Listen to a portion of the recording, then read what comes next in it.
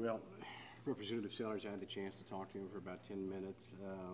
What he does not seem fully prepared for what's happened here the last couple of days, like almost overwhelmed to an extent. What's your assessment? Actually, genuinely, as a young African-American politician, that every day we make mistakes and every day you just try to do what you feel is best for the state of South Carolina.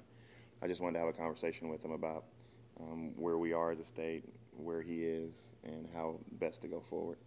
And we just had an interesting dialogue about how he feels about the country, why he decided to run, and how we move forward. And I have a concern for the process and him as an individual more so than anything else. Did you ask him for the better of the party, for the better of the state, to step aside at this point? Since I've never lied to you before, I did.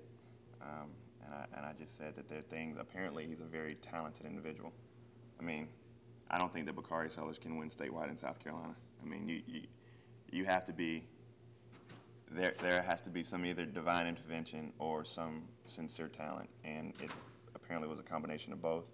But here's a person that did not campaign at all, that did not get out, that didn't have a website, didn't have any mailers, didn't have any signs. Yeah. Literally, no one knew who he was. But he got 59% of the vote. What does that say to you? I don't know yet.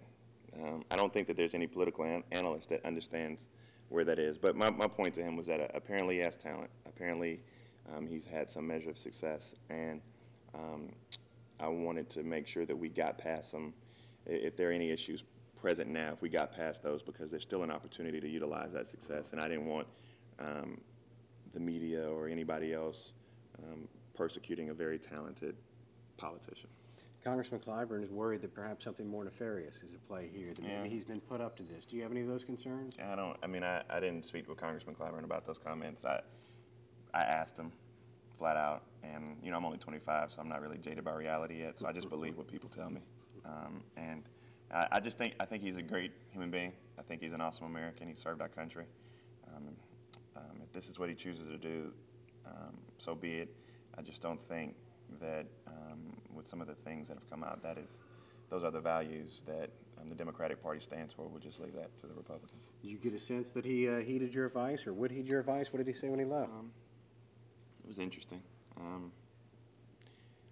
We have an interesting we kind of tie in somehow. My father was his African American studies teacher at Carolina. All right. So I think he respected what I was saying and my thoughts, and we'll just see. I pray for him. I mean, that's at the end of the day. I'm praying for him. I wish him much success in his political future. We need more young politicians out there, and I pray for him. I just don't think this is his time. Great. Thanks. Thanks.